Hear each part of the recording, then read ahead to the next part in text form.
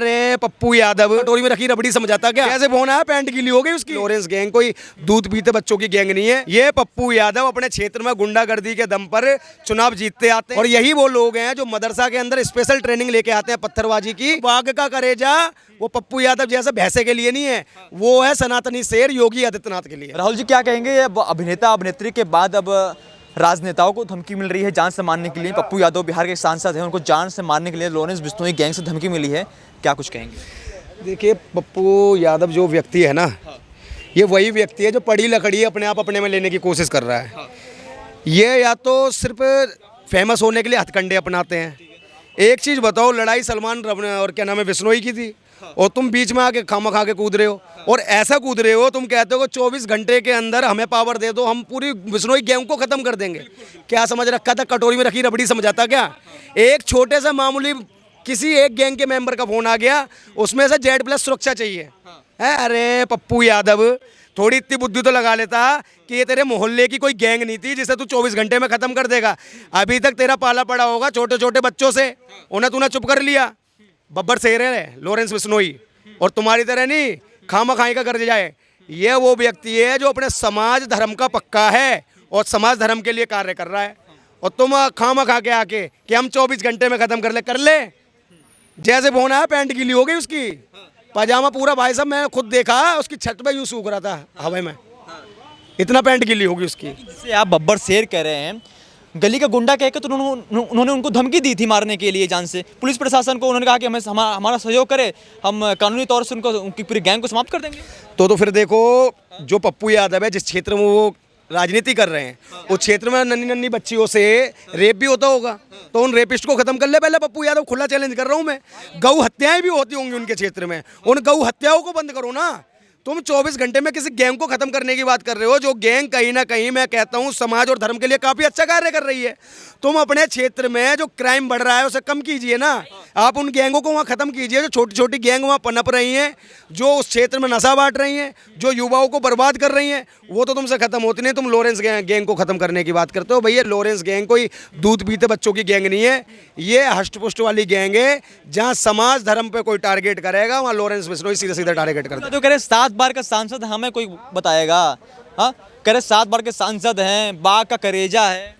बाघ का करेजा तो भैया देखो एक ही व्यक्ति का है, हाँ। उसका नाम है योगी आदित्यनाथ। अच्छा। बाघ का करेजा ऊपर वाले ने उसे दे के भेजा है, हाँ। क्योंकि वो इकलौता ऐसा व्यक्ति है जिसके क्षेत्र के अंदर अगर भूमाफिया कहीं ना कहीं जमीन हथियाने की कोशिश करेंगे तो बुलडोजर चलेगा। अगर उत्तर प्रदेश के अंदर कहीं बलात्कार करने की कोशिश करेंगे तो बुलडोजर चलेगा। अगर कोई पत्थरबाजी करने की कोशिश करेगा तो बुलडोजर चलेगा। तो जो बाघ का करेजा वो पप्पू यादव जैसे भैंसे के लिए नहीं है, वो है सनातनी शेर योगी आदित्यनाथ के लिए। जिसको आप बाघ का करेजा बता रहे हैं, उनको भी धमकी मिली है मारने के लिए जान से। बोले जिस प्रकार से बाबा सिद्दीकी की मौत हुई थी ठीक उसी प्रकार से योगी आदित्यनाथ का भी उसी प्रकार से हाल किया जाएगा अगर वो 10 दिनों के अंदर का इस्तीफा नहीं दिए तो। फातिमा खान नाम की एक महिला है। अब महिलाएं जब अपना खुद का लेवल डाउन करने की कोशिश कर रही हैं, देखो महिलाओं में हमारे सनातन में संस्कार सिखाए गए हैं, इसलिए महिलाओं को सिर्फ इतना संस्कार देना चाह रहा हूँ मैं, और इतना सिर्फ छोटे शब्दों में कहना चाहता हूँ कि फातिमा जहाँ तुम्हारा हलाला हो रहा है ना, वहाँ हलाला ही कराते रहिए, चाहे वो अब्बू जान से हो, चाहे वो चच्चा जान से हो, चाहे वो भाई जान से हो। आप योगी आदित्यनाथ जी के चक्कर में मत पड़िए, क्योंकि योगी आदित्यनाथ जी के चक्कर में पड़ गए ना और गलती से तुम्हारे घर बुलडोजर आ गया, फिर तुम रोना रोओगे 1.5 आंसू, और 1.5 आंसू जब रोना रोगे तो तुम्हारे भाई जान, फूफी जान, आला बाला खाला सब सड़कों पे जब धरना प्रदर्शन करेंगी, फिर जब योगी आदित्यनाथ की पुलिस लट फेर देगी, जब भी तुम रोना रोओगे, तो रोना रोने से पहले ही अपनी आदतों को सुधार लो, वरना डंडा ऐसा दिया जाएगा कि जीवन में किसी नेता के लिए तुम बोल ही नहीं पाओगे। आपको लगता नहीं कि योगी आदित्यनाथ का जान अभी फिलहाल खतरे में, क्योंकि उनको साल भर में कई सैकड़ों धमकियां मिली हैं, उनके सर पर एक डर का जो साया मंडरा रहा है चारों तरफ से, उनको सुरक्षा की फिलहाल जरूरत है। देखो जंगल का राजा एक ही होता है, जैसे शेर कहते हैं। अब पीछे से कुत्ते भौंके या बिल्ली मिमियाएं या कोई मैं कहता हूँ बकरा बकरी ममियालें, उससे कुछ नहीं होने वाला।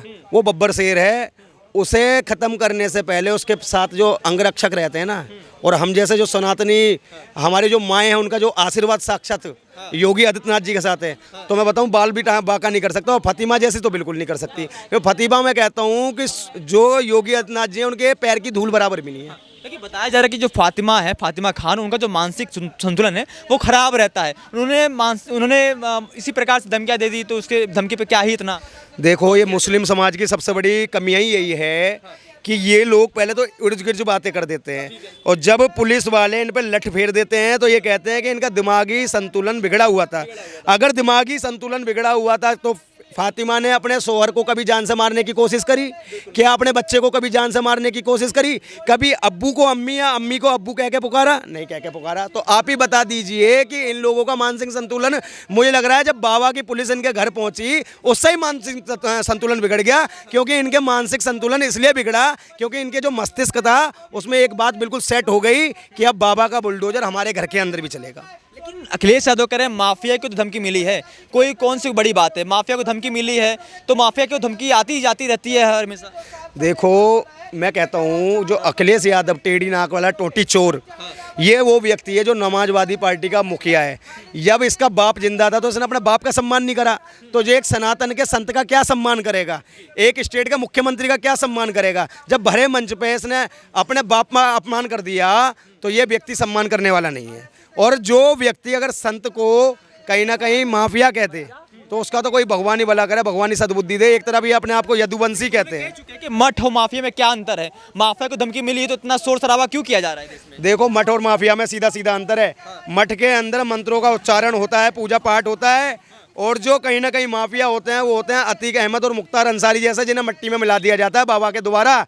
तो अगर सच्चे संत से, सच्चे सनातनी से भिड़ने की कोशिश करोगे, उसे छेड़ने की कोशिश करोगे, तो एक सच्चा संत जो होता है ना, वो पंच तत्व में विलीन करने की ताकत रखता है। वही योगी आदित्यनाथ जी ने करके दिखाया है। पप्पू यादव लगातार अब केंद्र सरकार से मांग कर रहे हैं कि हमको जेड+ सुरक्षा दी जाए।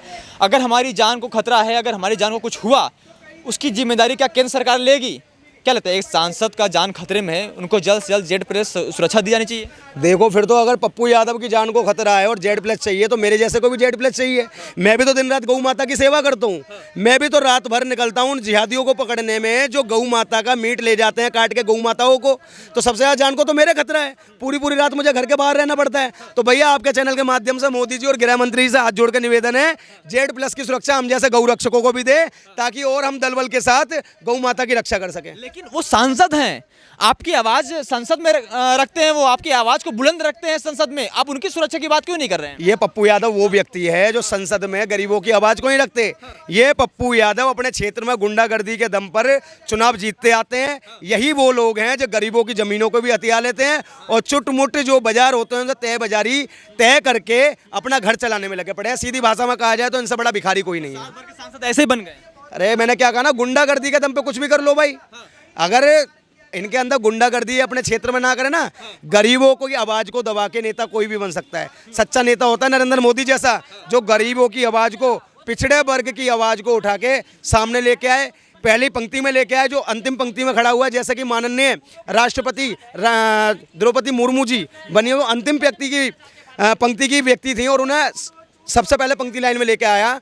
तो इससे बड़ी और सौभाग्य की बात हमारे लिए क्या होगी? एक खासकर समुदाय बहुत नाराज रहता है मोदी सरकार से कि भेदभाव हो रहा है इस देश में।